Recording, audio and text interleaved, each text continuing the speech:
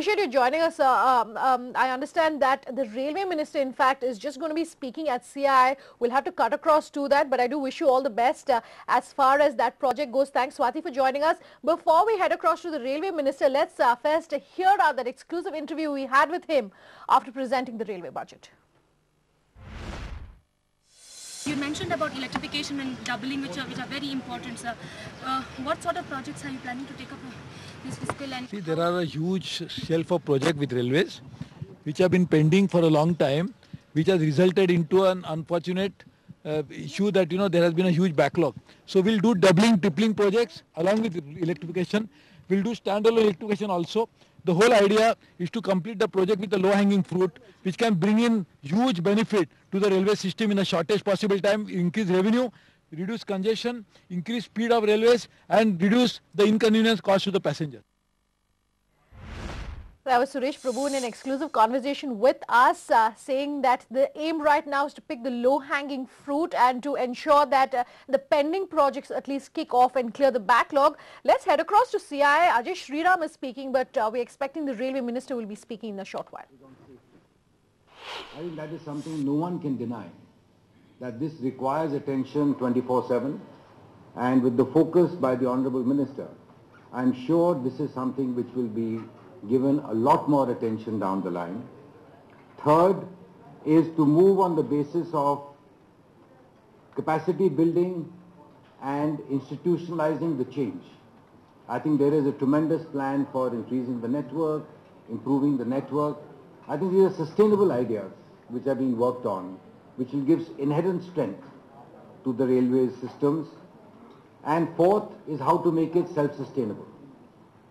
I think these are really visions which have been articulated by the Honourable Minister, and we are sure with the effort and his drive, with him and his team, that these visions will be achieved down the line to really make the railways improve across the board and really bring it in terms of customer service, satisfaction, cleanliness among the top in the world. Mr. Minister, we support you tremendously on your budget. We wish you the best, and industry is with you all the way to see how we can help you achieve your goals on the railway budget. It gets you to kindness. So thank you very much, Mr. President and the Secretary General and Senior Vice President. I am very happy that I could be here to meet those who will have partners in future to make sure that the investment that are necessary for railways will also come from not just traditional sources of only relying on gross budgetary support, but also from others. And thank you very much for this. Let me very briefly say what is the philosophy behind the budget. See, if you look at it, all of us know the problems of railways. But everybody says, they are the problems, but let us not solve them because they are very complex problems. And then it's not a very popular to solve the big problems. It's all right, but you must start new trains. The trains will not run because we are already complaining that trains are running so much of late, but still, before fixing that problem, you start new trains. Or somebody will say that, this is all right, doubling, tripling is a priority, but my family lives in that place, so you must start one line there. But line doesn't have money, so how can we raise the money? That I don't know, but you raise it somehow. If you don't raise it, doesn't matter, you announce 1 rupee, but let it appear in your budget speech. This is the first time we have tried to make a break from that. I was going through all the speeches of all my previous very enlightened and some very good railway ministers, but the pattern was very clear. Good space of the railway budget speech was devoted to new lines and to new trains and sometimes even stoppage of trains. Now, I really don't know what is the relationship between stoppage of train, new trains and the budget. So, this time we have decided, and I am very happy that all my colleagues in the parliament did not object to that, is that we will not announce the new trains in the budget. Not that we are never going to announce a new train, we will announce it, this is what I said also, that we will do it in this session itself, but little later. Why? Because budget should be focusing on some of the important issues. If 80%, 90% of your budget speech is going to be devoted to new trains and stoppages and new lines, then it has no meaning. Again, when you say new lines, I don't mind even new lines materialize. But new lines the amount of projects that are languishing, maybe that amount can be anybody's guess, but it could be 6 lakh to 8 lakh crores depending upon how you value them, are there because they have been announced. And if announcement is the realization of reality, then I wish this happens. And then I could also announce many more. Because if announcement results into creation of track, why not? I would be very happy. I will announce, take 2 lakh kilometers of track, because that will happen. I hope that happens. So this is something which we decided this time that we will not do that. Also, I have presented to the Parliament just before my budget, a white paper, giving exactly the problem the railway faces. And therefore, the problem, and hopefully this budget is a beginning of a solution process on a 5-year time frame. I am not even claiming that all the problems that have been highlighted are already solved in one budget. And I am not saying even that probably all 5 years will be sufficient, but we have made a beginning. And in that beginning, we realize that 1 year is not enough. It has to be 5-year time frame. So this budget is a part of a 5-year action plan, started with 1 year. And there is third thing we'll do during the course of the year is a vision for the railways in 2030. Because again, railway is a long-term enterprise. You cannot just think about railways on 1 year time frame, not 5-year time frame, but even beyond. Because railways could create the type of infrastructure that country needs. And therefore we decided to actually create that roadmap also. Now in railways, we have decided this time there are many areas. So you know I said the 4 goals, 5 different types of approaches and 11 thrust area. So it is very focused. It is nothing which we have just said for sake of saying something because I like one poet, so I have not talked about him. I have not talked about any philosopher. I just talked about something which is really necessary for the country, and therefore we really based on that what has been done. So it's a purely budget for the year railways. One important thing in this budget, in my opinion, is that it is a railway budget, but first time a budget for railways. Because otherwise the budget was made for different considerations. This is a budget only for railways to make railway right. And I am sure railway becomes right, many things can go right. But if railway is not able to and not in a position to deliver, what is the purpose of doing it? So there we have identified a problem, as I said everything, and we have done that. As far as resources are concerned, we have been relying traditionally on 2 resources.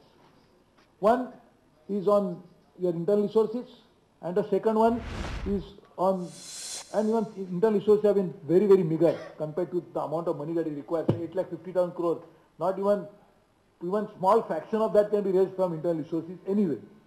The second part is raising resources from GBS, cross budgetary support from the finance ministry. The finance ministry borrows huge amount of money year after year, and to expect that finance ministry can fund all my projects is a good idea. I'll be very happy because that's the simplest thing for me to do.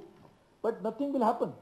Nowhere in the world you could create infrastructure unless you really actually have a self-sustaining mechanism, create instruments anywhere in the world.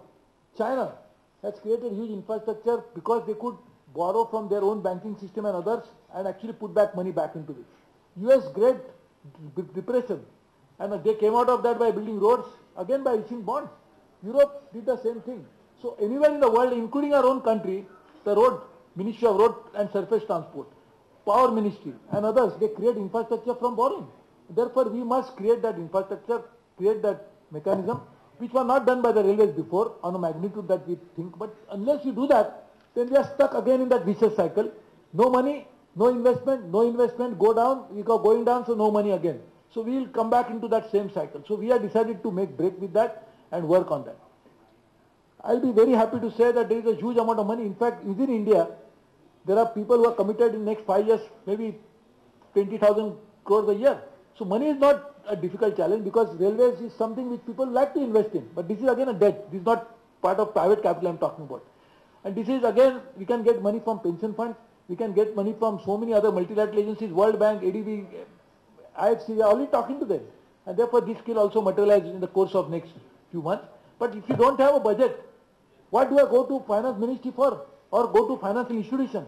Can I go from, if the project, like your company's project, it is not approved by the board of directors and you can go for financing.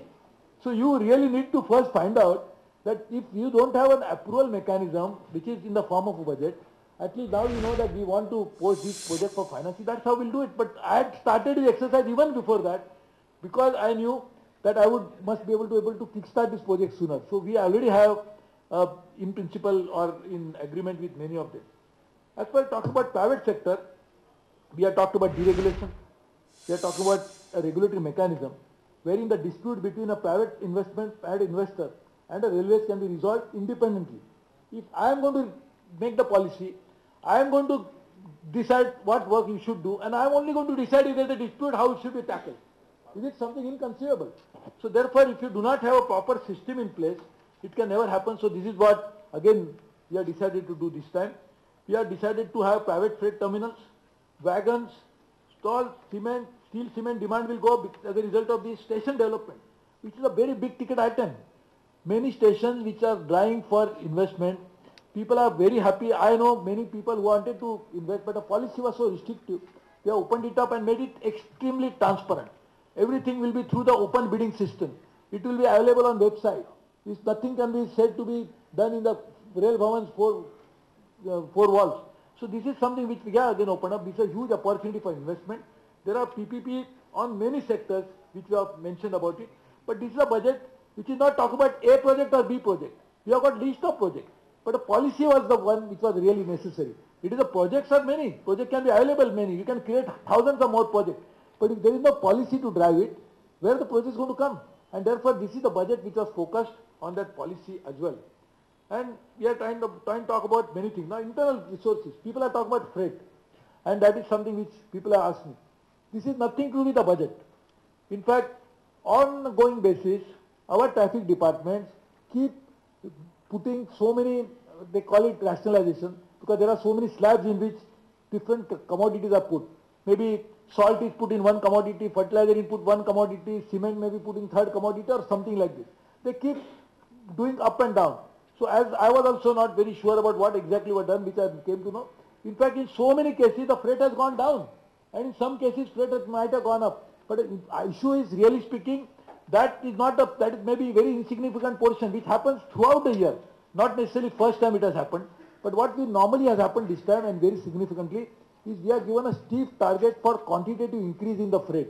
And that is what has been done, because we feel that railways cannot just relax and say that on the rest of the economy is growing, coal ministry is complaining, cement ministry wants more to be transported, but I am not going to handle it because it is good for me to rely only on small percentage. This is not acceptable. So we gave them a steep target that has got increased in the freight earning. This is not something which has happened because of that small little rationalization that has taken place. So therefore, I personally feel that this budget will be a beginning of a process in which we will try to move towards railway becoming a vibrant enterprise of the Government of India. It should be open to competition of a kind that is necessary within the stipulated period, stipulated framework. It should be also enterprise, which should be even dynamic. So we have done so many things which probably some of you might have noticed, but I don't know whether everybody has noticed, is that we are going to create now a productivity as a basis of railways operations. We are going to make efficiency parameters. We are asking the railways to be also benchmarking itself against the global standards. We are doing stipulated framework. It should be also enterprise, which should be even dynamic. So we have done so many things which probably some of you might have noticed, but I don't know whether everybody has noticed, is that we are going to create now a productivity as a basis of railways operations. We are going to make efficiency parameters. We are asking the railways to be also benchmarking itself against the global standards. We are doing audit, management audit of railways. We are going to do the audit of functioning of railways. So these are all the different areas in which we will try to even internally improve it. In fact, this budget, why we could get such a higher ratio for operating ratios, one of the reasons is we have looked at expenditure side for the first time. We did not only focus on income. The expenditure side is very important. For example, we are buying power at 8 rupees a kilowatt hour. We are trying to reduce that, we are trying to rationalize it, and again, not just in air. I talked to Minister of Power. We prepared a roadmap with them. So this is completely coming out of that. So this is all designed on the basis of rationalization of cost, improving efficiency, rationalization of all operations, and including part of that is small part is the freight operation. So this is not something which is of great thing. And in fact, I would feel that this must have been one of the only budget which has touched in a very small way the freight part, because otherwise it always has been the case in a significant way. So I am sure over a period of time we like to move towards a system whereby even these operations like costing etc. can be done independently. And that's why we have talked about even new system of accounting as well. So I look forward to now working harder, because I told the chairman railway board, now at 1:30 your job has started. Now you must start working. So I think I already had one small internal meeting with my railway board people, colleagues. I hope we'll be able to work on that.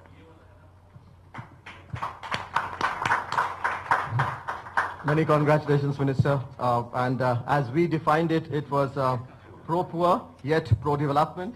And as one heard, it was popular but not populist. So I'll open it up to questions from the floor. Probably my media colleagues, and then I'll come to industry. So can I have yes, Shireen? Yeah. Mr. Prabhu, thank you very much for accepting to take questions from the media. Shireen from CNBC. You talked about operational efficiency, and you also talked about how this budget has taken into consideration the expenditure side. You've put out a very ambitious target as far as the operating ratios are concerned, as you articulated yourself, the best in 9 years. Can you shed some light, sir, on the operational efficiencies and how much you expect to squeeze by way of expenditure in order for you to get to that 88.5% number? Budget. All these numbers are there in the budget, and each of these numbers, in my opinion, have a further room for bringing down. So there is nothing that I feel, unless something extraordinary happens. I don't think, like, again, the crude oil becomes $150. That's a different issue. Otherwise, I think all these numbers are already there in the budget. So this is nothing that we really need to look at. Operating ratio has happened because of operating efficiency, partly. And therefore, this is very clear. As I gave one example of fuel, and that to electricity. So we use two kinds of fuel, traction electricity, and then we also have a fuel which comes from diesel. I have not even touched diesel, and there is a tremendous scope to even reduce the cost of diesel, for which we already work on a plan, but I have not factored into the expenditure. If that is materialized, then the cost will be even lower. Hello?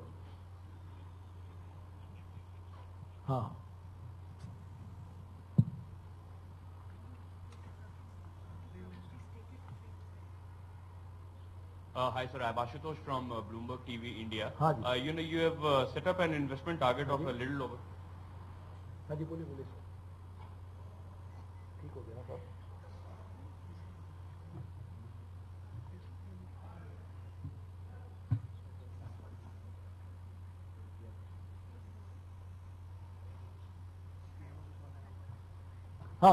Sir, you've set up an investment target of over 1 lakh crore. And as we could see from the budget documents, 60% of this would come from the GBS and the internal sources.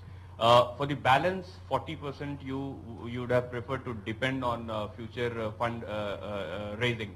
What makes you confident that you will be able to meet this requirement through future fundraising? Which paper you represent? Bloomberg TV. Bloomberg. Tell me the company which company has a debt equity ratio of 60-40. Anybody will be happier if you tell that I have got a 60 equity and I want to raise 40. Yeah. Is it something which is of such a challenging issue? I am really surprised that anybody says that I have got 60 rupees in equity.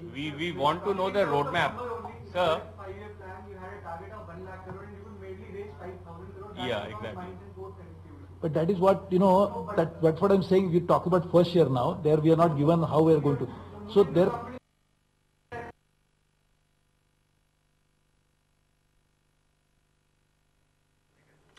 Okay, we're having some problems with the feed there. We're going to go back to that. Just a quick recap of everything that we have at this point. The railway ministers talking about really some of the reasons that we've seen behind those announcements. But let's go back. And still you think it is difficult. I'm very impressed. No, but sir, the past says that it's been very difficult in the case past of. You never attempted. So he says I got 60,000 crores in my, and any Bloomberg, any of your company that you survey, any company can say that I got a tax, my capital is 60, I want to borrow 40, and still you think it is difficult. I'm very impressed. No, but sir, the past says that it's been very difficult in the. So past we have never attempted. So this is always a question. That's what I was telling you, that we are always relying only on gross budgetary support. Please first listen, and then if you want to speak first, then I will speak. Tell me. So last budget also you had a target of 6,000 crores. When 5 years time you had a target of 1 lakh crore. And what you could Now, what was the target in the budget? This time we have clearly stated what lines we are going to take. I will tell you how we are going to finance it. We have got a clear-cut plan for that. So what is the Sir, issue that related is, to that? that is Now what, talking sir? about 20 years back this happened, 30 years back this happened, that is what has happened. I am talking about the 1 year. I am going to raise it a question that you asked me, and that's what I am answering, but you asked a supplementary without realizing what question you was asking me. You was asking me question about, you are raising 60,000 crores from internal sources and 40,000 or together, and 40,000 from outside. So I was saying how the can it roadmap happen? of the balance fundraising. We are given to believe that you have already talked to some of the sovereign fund investors also. So if you could give us an overview of I told you this overview stated in my budget speech. The budget speech we have already said how we are going to finance it. And this is not just, this is the India strategy. You know, you mean to say that we need $1 trillion of investment into India in the infrastructure. What is the roadmap for $1 trillion of infrastructure financing investment? We need to find resources. Domestic capital is not enough to finance resources. That is what is the challenge everybody is facing. And that's why we need to find out the domestic savings rate, which will keep going up over a period of time. And therefore today at 30% around that rate of savings rate, we need much more resources to finance infrastructure needs. So is it something is a good idea or a bad idea? No, that's indeed a good idea. Sir, this is Shweta Rajpal Kori from NDTV. It's all very well to say that you will be going to external sources asking for funding and for financing your 8.5 lakh crore investment that you've outlined over the next... How much? 8.5 lakh crores. See, this is something No, which sir, we are not... so my question is that given the fact that the railways is so uncompetitive right now, the increase in freight rates is making the railways even more uncompetitive, especially if you compare it to the road sector, which is obviously going to bring down rates because of falling diesel prices. That there is nothing that suggests how you intend to make the railways more competitive, which will also encourage financing and getting investments for the railway sector. That's why I thought again that I was to my last statement that we are going to, how we are going to make it competitive, how we are going to make it cost effective, how we are going to do audit. That's what I said in the last minute. You're increasing freight rates. That's going So to what make is you your even more suggestion? Tell me, uncompetitive. how could we make it competitive other than this? Perhaps you could have been less populist. Right now, freight is subsidizing passenger fares. And by not hiking passenger fares and hiking freight, let me explain to you. you're making the railways please even more understand. uncompetitive. Please understand. To make it competitive, you are saying cross-subsidization has to be reduced. That means when we increase the customer fare, to that extent we must reduce the freight fare. How will you increase the income? What you are saying, let me explain to you the concept of cross-subsidization. You are saying cross-subsidization can make it competitive, if it is what is your argument is. That means when you So reduce... I'm saying don't cross-subsidize. We're saying that you've cross-subsidized to an extent that now you've just got freight forever subsidizing passenger. You're going on hiking freight at the cost of losing market share. But that is a conception which is based on the fact that only fare brings you market share. The capacity today of railways, if you that 30% market share, forget 30%, 5% market share wants to come back to railways, do you have the capacity to handle it? But we are sending a lot will- of coal. rates will further dampen it. We are sending a lot of coal by road, not because they are expensive or otherwise, because rail has no capacity to handle the coal. The coal will continue to be with the railway irrespective of the tariff that we charge it to them, and that's what all the industry experts will tell you the reality of it. So what is important is, this is again, we go by some presumption. What is important is to make railway competitive. That's why I was saying railway will make them competitive like this. If you are saying that railway will become competitive by cross-subsidizing, reducing it, that means it would mean that every time you increase passenger fare, you must reduce the fare of freight. How would railway become competitive? Income remains the same. No, I'm not suggesting that. We're saying that right now it's again a populist approach. You're not hiking passenger, you're hiking freight. It's cross-subsidy. Increase it by another 30-40%, and when the dedicated freight corridor comes, that will happen. We are lost a share to road because the investment in road has been 3 times more than the railways in the past. As a result of which, the capacity that is created for railways is hardly purpose of this budget. In fact, is to reclaim the road share, but that cannot come because of commercial adjustment. It has to happen through physical investment into infrastructure. The physical investment in infrastructure cannot happen unless you borrow, and that's what I'm saying. Otherwise, the only way you can raise resources is by internal resources. That means I will have to raise resources from, and main resources is, most of this come from freight, because 2/3 of the revenue come from freight. If I have to raise resources to finance new operations, I will have to keep increasing freight rate all the time. Is it sustainable, or is it a good idea? So therefore what we are doing is, Rather than increasing it, we increase the volume, but volume cannot increase unless you create capacity. And capacity increasing means we'll have to create capital expenditure. Capital expenditure can happen only when you borrow money or you raise from freight. Please sir, Rakshit हूँ ABP news से, आपके ठीक सामने sir, इधर sir Rakshit हूँ ABP news से। ये जानना चाह रहा था, आपने कहा कि बजट जो है 5 साल का एक्शन प्लान है, 5 साल का, जिसकी शुरुआत इस साल से हो रही है। तो जब अगले साल आप अपना बजट पेश करने जाएंगे, इस 5 साल के एक्शन प्लान में से हम क्या क्या जमीन पर होता हुआ देख पाएंगे? अगले साल बात करेंगे सर, जब एक्शन प्लान है तो विजन भी होगा। So I'm Supriya from NewsX. So you have said that you've requested your MPs, fellow MPs, to spend a part of the MP lab to improve the facilities. So how was the reaction after you made this announcement, after the budget was tabled? Did your, are the MPs ready to improve the facilities in their very, in their very area, sir? MP lab funds आपने कहा था कि spending. You know, you'll be surprised. That's why I gave example of only 2. And when I gave the example of 2, so many others were saying, "Arey, मैंने भी दिया." You know, there are. See, first of all, MP lab. What I was just talking about generally is MP lab money should be available for passenger amenity development. Because, you know, if you really look at as a spin-off of that benefit that happens to the MP, I have been MP 5th term now, that is huge. People will feel that my MP has contributed to this and I got a benefit, because there is no other organization like railways which attracts so many people to that one particular establishment. So obviously, if you construct a road for a village, it is good, but only depending upon which village. In my conscience, the village size is about 1,000. So 1,000 people benefit. If you do it on a railway station, wherein getting lakhs of people, the benefit is higher. That's what I was doing. But that was one. The second, I also appeal to the CSR money from the corporate. Again, there is a very good response for this. Again, what was lacking was that we didn't have a scheme to absorb it. The CSR also needs some amendment, because I think the rules will have to be changed correspondingly. But I don't want to tell you, because just to embarrass some people, but there are some of them also have supported this idea of CSR contribution to railways. People are very willing to support this activity for CSR for railways. Religious organizations have come forward to say that we would like to support this activity. I have met most of them, and we are going to organize an event to involve them into one cleanliness campaign for the religious organization. Point I am saying is, there is a huge amount of interest in railways development, but what we are lacking was a policy. If somebody wants to build a toilet in railway station, it's a challenging task. So what we have to do is a policy change. Another question related to Amrit this. here from Mint. So you said that you have laid out premises for the next 5 years, and it also going to say it is also going to depict how the Indian Railways is going to be until by 2030. If you could just throw some light on what's your vision. When do you see Indian Railways becoming profitable and competing on equal terms with the private partners? See, this is what I told you. This is the process. We are working on it. It is not that this is the first budget. So as we start working on it, this year itself budget, the railways have made profit. So where is the profitable? Railways made profit this year. So this is not, we have to wait for railways to be profitable. So we are making profit this year. I hope to do that continuously, unless, as I said, something exceptional happens.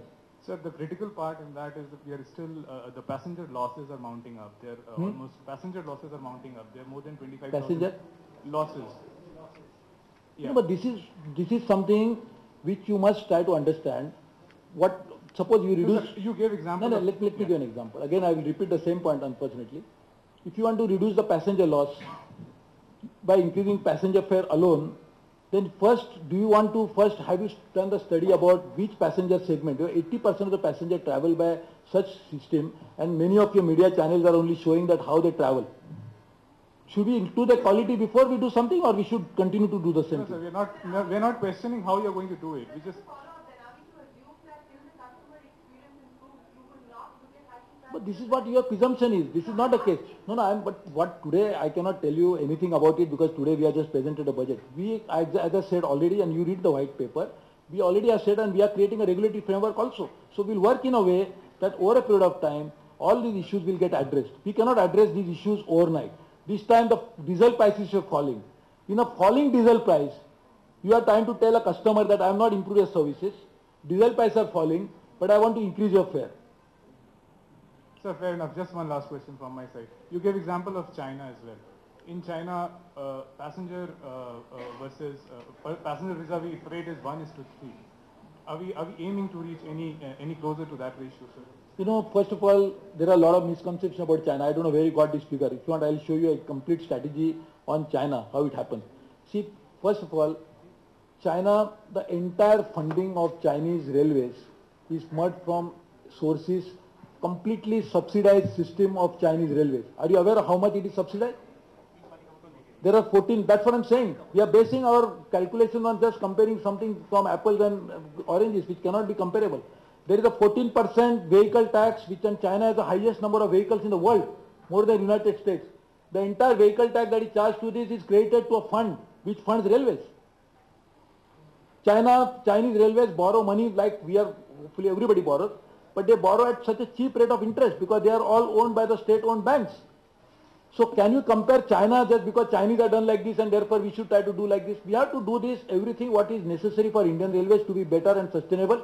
To make it happen, we are already working on a plan, as I said, but can you change everything in just 1 year of the budget? We have to work on system. Otherwise, this will be all counterproductive. So the question was never about how China has done it. The question was what China has done and will we be able to achieve that? And if at all, then how? But that's what I'm saying. What China has achieved, then we must create a system like this. Can we have 14% tax on vehicles which can be financing railways? How? If you tell me how it can be done, we'll be happy to do it. Can we create a system whereby some 40-50 billion dollars of money can be raised by Chinese system by borrowing from the banks at cheaper rate of interest? Can you create a system like this in India? Then we can follow China. Can there be a system whereby Chinese railways get land without any problem, without any difficulty? They don't have to have these social obligations which are completely financed. Can you do that? Then we can follow China. Sir, please. You are asking me question, you are such a... Tell me, na? Please tell me, because you are only giving comments. Why don't you ask me question directly, please? Sir. No, please give it to him. Please. No, please. No, please, ask me. Because you have been only supplementing question. Why don't you ask me? You are from? Economic Times. Yeah. Yeah, so sir, here the over-reliance is on the extra budgetary support, right? Is it over-reliance? So I'll give you one example, sir. Right, the Sonnagar-Damkani section of the Eastern Dedicated Freight Corridor, right, which had to come up on PPP. So World Bank is partly funding that project, right? So under your leadership only, sir, there has been there've been 3 meetings, investor meet, and nothing has happened, and the project stuck for 4 years. And the corridor will be delayed by almost 3 years, sir. Why? Because the Sonnagar-Damkani section, which was expected to come up on PPP, there hasn't been any investment. That is the misinformation you have got. Let me give you the so proper. you can correct. No, I'll just tell you. The cost of DFC, and I have been a minister only for 3 months, so I know I'm not 4 years, I don't know about, but I'll tell you. So you are saying that under your this, no, I'm just telling you. Please, no, I'll correct you because I must tell you right. So now, the dedicated freight corridor cost has gone up unimaginably. As a result of which the entire financing structure has gone awry. When you actually create a proper, first you prepare a plan, suppose G is going to make $1 billion plan become $5 billion, obviously they have to find out the sources of raising that money. So this has nothing to do with PPP. Where is the PPP? How do you first fill DFC's PPP? Can you explain to me? A stretch of the eastern corridor from Sonnagar to Damkani is on public-private. It's been planned. But that is a small part. It's the cost of that part is 15,000 crores, sir. Which one? The Sonnagar-Damkani. Listen, Mike, let me explain to you. Please, I think because please first understand this project is financed from operation between Japanese investments. That is the western corridor. Western corridor. So you are talking about which project? Talking about the eastern corridor. It's been partly funded by the World Bank. But that part, not that part, but the other part, sir, which was expected to come up on PPP, and it would have been railways it would have been the largest PPP of Indian Railways, 15,000 crore, if I'm not wrong. When was it done?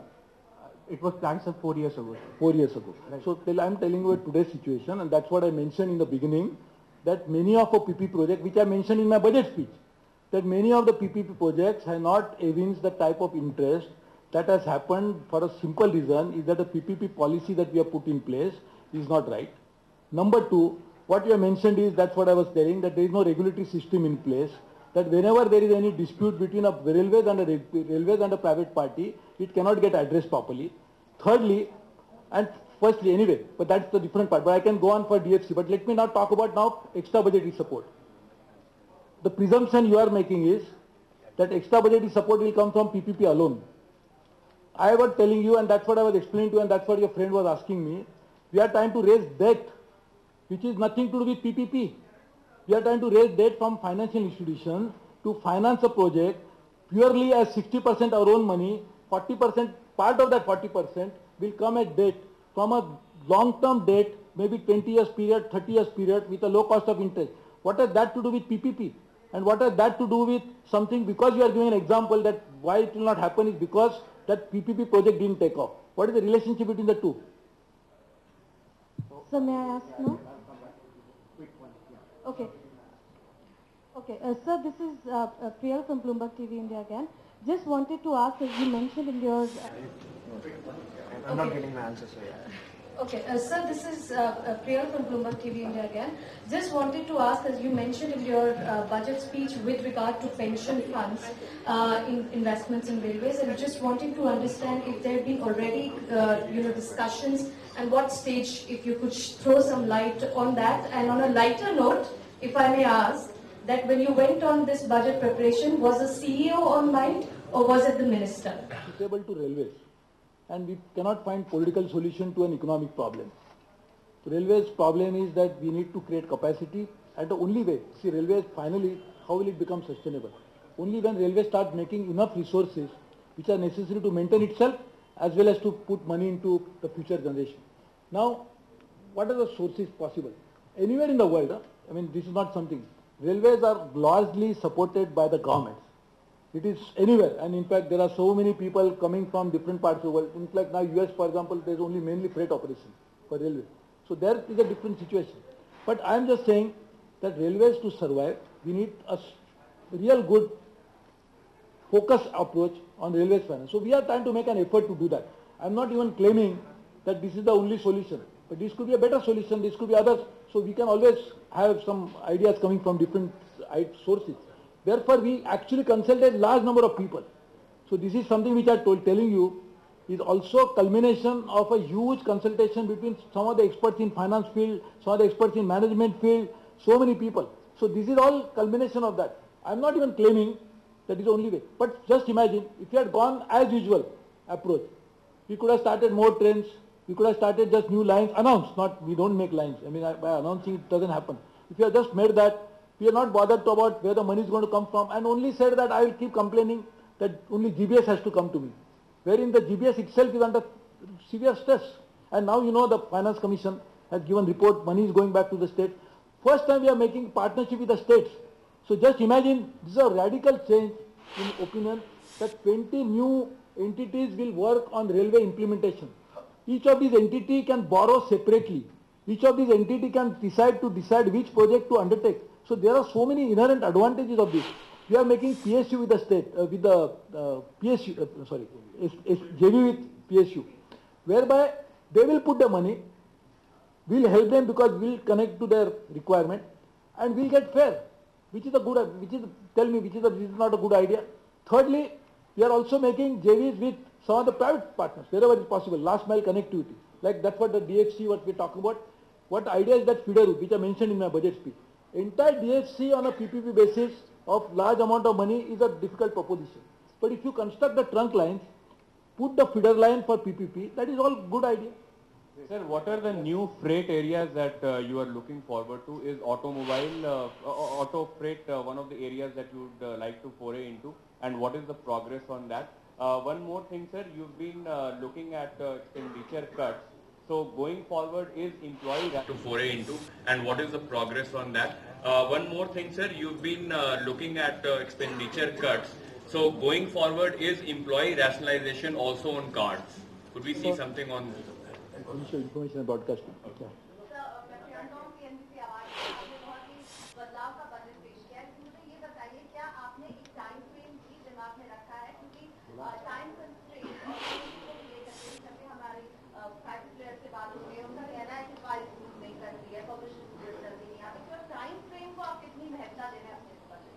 time frame for? अपने लिए आपने time deadline रखा है कि इतने तक हम इतना डिलीवर करेंगे, एक डेडलाइन है, टाइम बाउंड परफॉर्मेंस लेंगे. See, you know, we'll have different delivery mechanism. For example, there are large number of projects which we call engineering project, etc., which are coming from ROVs and then customer service and stuff like this can happen very quickly. The doubling, tripling project, as you was mentioning earlier, it has the highest payback period. So if we have taken a new line for implementation, even if we had the money available with us, we couldn't have spent that money very quickly. Right, that's of course the railway minister meeting with industry and meeting with journalists post the announcement of the railway budget, explaining why he's taken some of those measures, explaining why it was necessary to announce that freight rate hike, and he said that he will of course be looking at presenting a vision document for 2030 and that the effort of course is to clear the entire backlog which is present at the moment and looking at